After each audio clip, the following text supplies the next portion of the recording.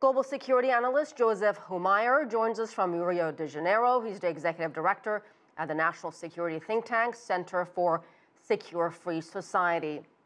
And Joseph, this attack, the worst in Colombia since 2003, happened at the police academy, what is supposed to be one of the city's most protected, secure sites, if you will. So how could something like this happen?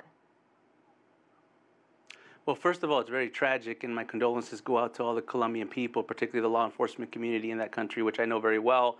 And this is a very serious attack.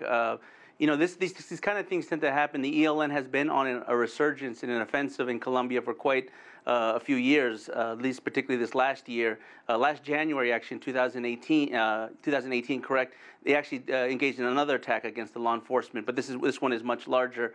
Now, there is some things that I think show a little bit more enhancement in the capability of the ELN. One, they're not characterized to do an attack so directly with a car bomb at such a high-value target with 80 kilos of explosives. That's a lot of explosives to be carrying. Also, the bomber, the person that the government has pointed to, he's a group commander. That's a very high-level individual to be carrying out an attack. He's actually an explosive expert, someone that trains other people on how to make bombs. That's why he's missing. He actually had one of his hands amputated. So there is some things I think that need to be investigated to further understand what happened.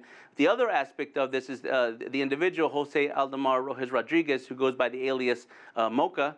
He was also rumored to be in Venezuela, which I think that's going to be a point of conversation for the Colombian government, who we do know that Venezuela, the government of Venezuela, has provided a safe haven for ELN guerrillas for quite a long time. And so there's a big open question of whether this was prepared or planned or in Venezuela itself, which would create tensions in an already tense time between two neighboring countries. So if the bomber, in fact, did have links with the ELN, how surprising is it that there's been no claim of responsibility from the group?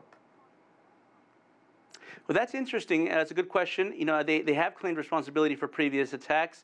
I think that is something that I think we have to continue to wait. You know, the first 24 to 48 hours of an attack are always the most ambiguous, where there's a lot of speculation and rumors. So I think we have to wait a little bit longer to see if they do come out with a communique. They came out with a communique the day before, but it didn't mention attack, obviously. And they also came out with a very cryptic tweet, I think a day or a few hours before the attack. So it kind of led to indicate that they might have been responsible for this.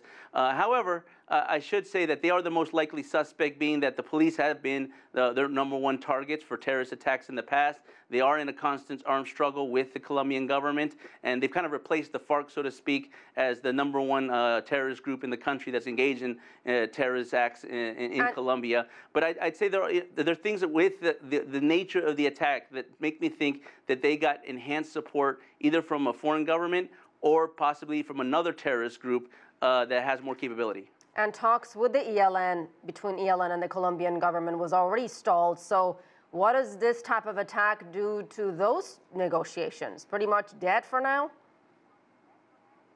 Well, I think it stalls a lot any type of advancement that happened on negotiations. It also, I think, puts a lot of pressure on the Duque government to do something more than just negotiate. I think the Colombian people are going to demand some type of justice, some arrest, indictments, something that shows that they're not just talking with the ELN, but they're actually going after individuals in the ELN that they're not just involved in terrorism, but also involved in narco trafficking, organized crime, illicit smuggling, gold smuggling. So I think that there's going to put a lot of pressure on the Duque administration, which may have been the purpose of this attack. It may have been to put that extra added pressure to the Duque government to basically spoil the negotiations. All right, we'll leave it there. Joseph Humire, thank you.